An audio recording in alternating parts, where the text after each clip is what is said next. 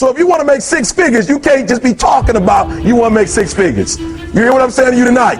If you do the 3 things I tell you to do tonight, I guarantee you, whatever it is you want to do in life, you'll be able to do. You will be able to accomplish whatever you want to academically, financially, relationally, whatever. So 3 things. All right, now I'm going to tell you this story. I got to get out of here. And the story is about, you guys have probably heard about this before. It was a young man who, he wanted to make a lot of money. And so he went to this guru, right? And he told the guru, I want to be on the same level you on. And so the guru said, if you want to be on the same level I'm on, I'll meet you tomorrow at the beach at 4 a.m. He like, the beach? I said, I want to make money. I don't want to swim. Guru said, if you want to make money, I'll meet you tomorrow, 4 a.m. So the young man got there at 4 a.m. He all ready to rock and roll, got on the suit. He should have wore shorts. The old man grabs his hand and said, how bad do you want to be successful? He said, real bad. He said, walk on out in the water. So he walks out into the water. Watch this. When he walks out into the water, it goes waist deep. So he's like, this guy crazy. Adrian, he's like, I want to make money. He got me out here swimming. I didn't ask to be a lifeguard. I want to make money. He got me in. So he said, come out a little further. Walked out a little further. Then he had it right around this area, the shoulder area. So this old man crazy. He making money, but he crazy. He said, come on out a little further. Came out a little further. It was right at his mouth. My man like, I'm about to go back in here. This God is mine. So the old man said, I thought you said you wanted to be successful. He said, I do. He said, walk a little further. He came, dropped his head in, held him down, hold him down. My man getting scratching, holding him down. I got you. I know you brushed it out, but I got you. He had him held down. I need you for an illustration. He had him held down. Just before my man was about to pass out, he raised him up. He said, I got a question for you. Somebody answer the question for me. He said, when you were underwater, what did you want to do? Lee, I'm looking for a different word though than lip. What's that word? Said I wanted to breathe. He told the guy, he said, when you want to succeed as bad as you want to breathe, then you'll be successful.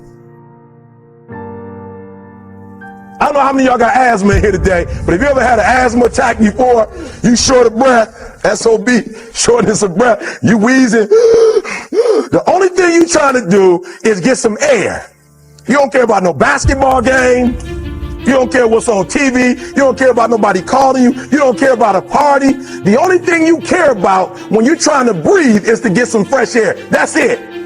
And when you get to the point where all you want to do is be successful as bad as you want to breathe, then you'll be successful. And I'm here to tell you, number one, that most of you say you want to be successful, but you don't want it bad. You just kind of want it. You don't want it badder than you want to party. You don't want it as much as you want to be cool. Most of you don't want success as much as you want to sleep. Some of you love sleep more than you love success. And I'm here to tell you today, if you're going to be successful, you got to be willing to give up sleep. You got to be willing to work off for 3 hours of sleep, 2 hours. If you really want to be successful, some days you're going to have to stay up 3 days in a row. Because if you go to sleep, you might miss the opportunity to be successful. That's how bad you got to want it. You got to go days without, listen to me, you got to want to be successful so bad that you forget to eat. Beyonce said once she was on the set doing her thing, 3 days had gone by, she forgot she didn't eat. Because she was engaged. I'll never forget when 50 Cent was doing his movie, I did a little research on 50, and 50 said that when he wasn't doing the movie, he was doing the soundtrack. And they said, when do you sleep, 50? Sleep. He said, sleep. Sleep is for those people who are broke. I don't sleep. Said, I got an opportunity to make a dream become a reality. Football players. How many football players? Got anybody like football in here? Raise your hand. Anybody like football? Emmitt Smith. I used to be a Cowboy fan before they did my boy Tom Landry wrong. I used to be a Cowboy fan.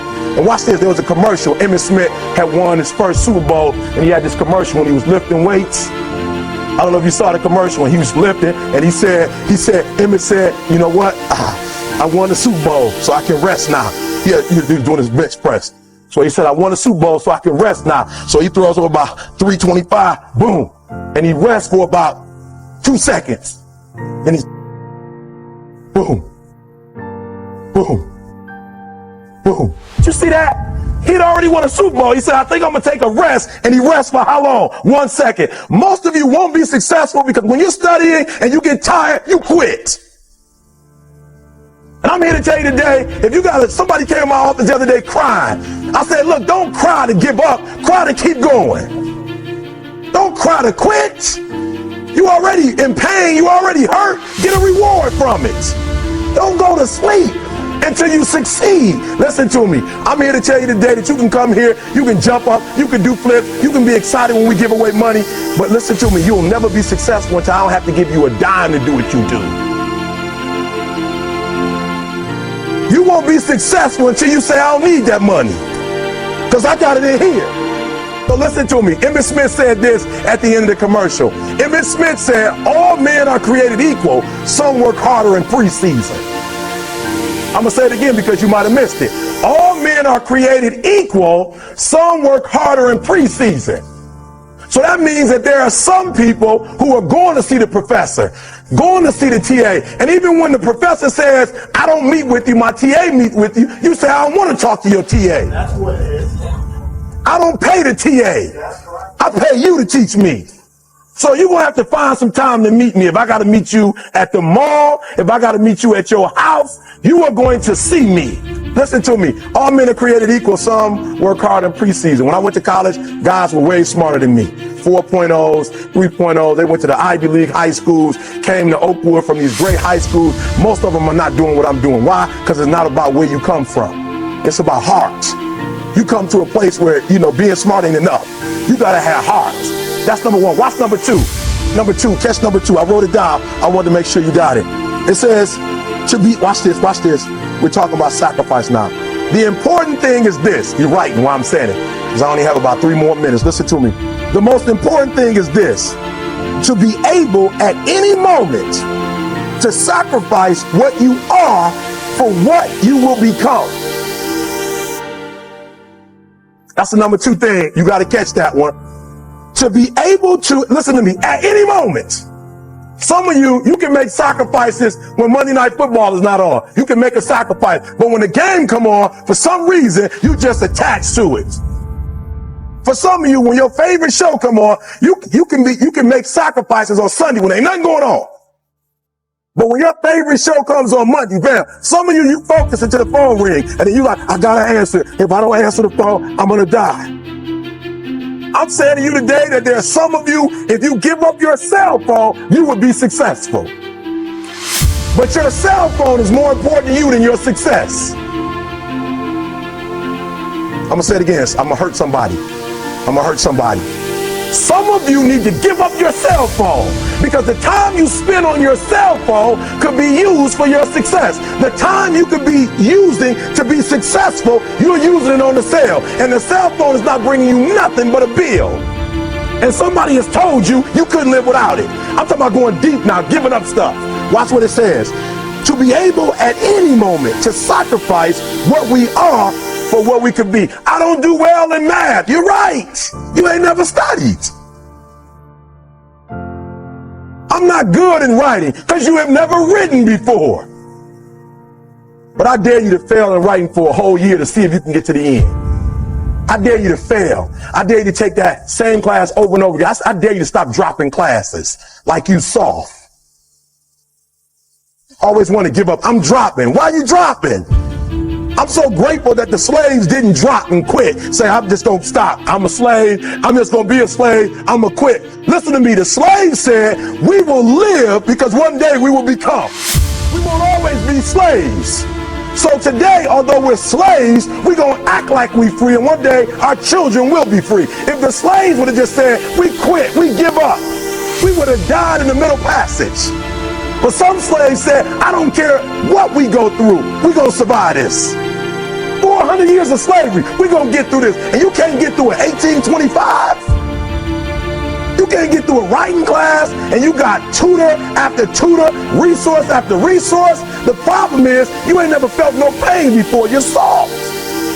It's a soft generation. You quit on everything. Our people did not quit. Harriet Tubman not only made it, she went back and got some more. She said, you know what? I made it, but I'm going to walk listen to me, shh, not ride the bus. I'm going to walk all the way back down to the South to get some more. And you quitting on 1825?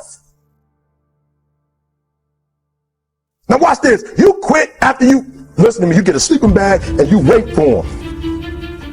You wait for the first WRA instructor to come in and you come out your sleeping bag, I need help. You quit after you do that. You quit after you had, listen to me, a WRA party. I'm having a party. Everybody come over. I got food, everything. And let them get over there. Let it be all the best writers. All right, I food y'all. I want to have a writing party.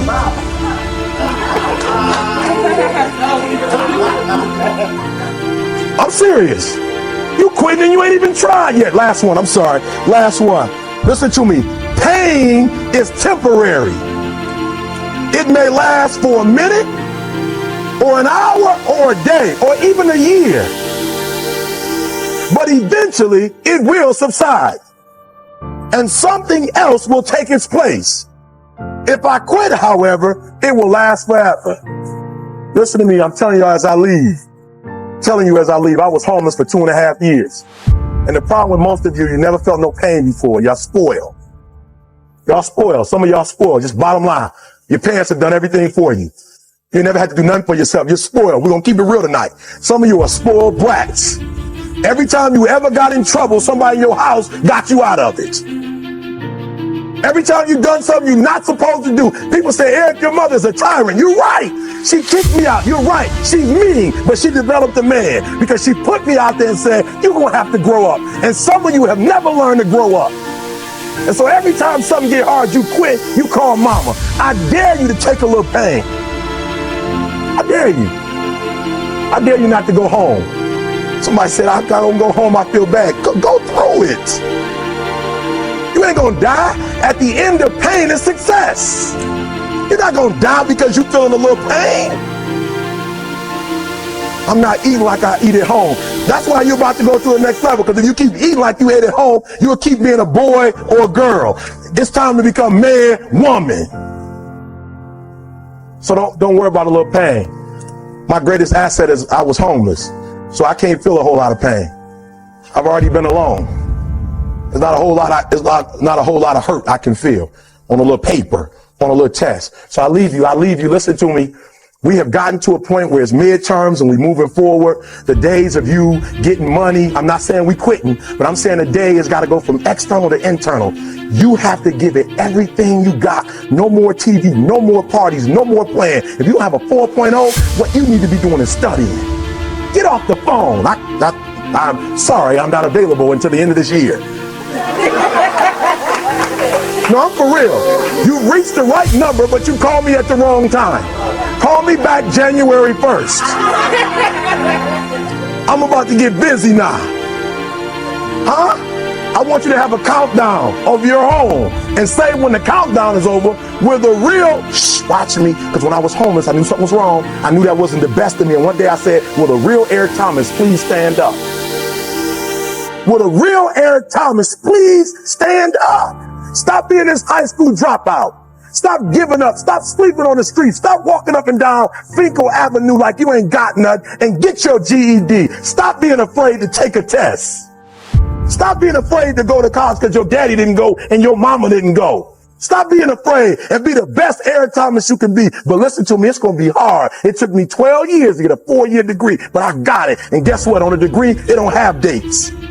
So if it took you 4 and it took me 12, it don't show up nowhere. But I'm exactly where I wanted to be because I realized I got to commit my very being to this thing.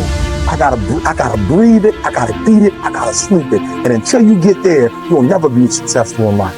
But once you get there, I guarantee you, the world is yours.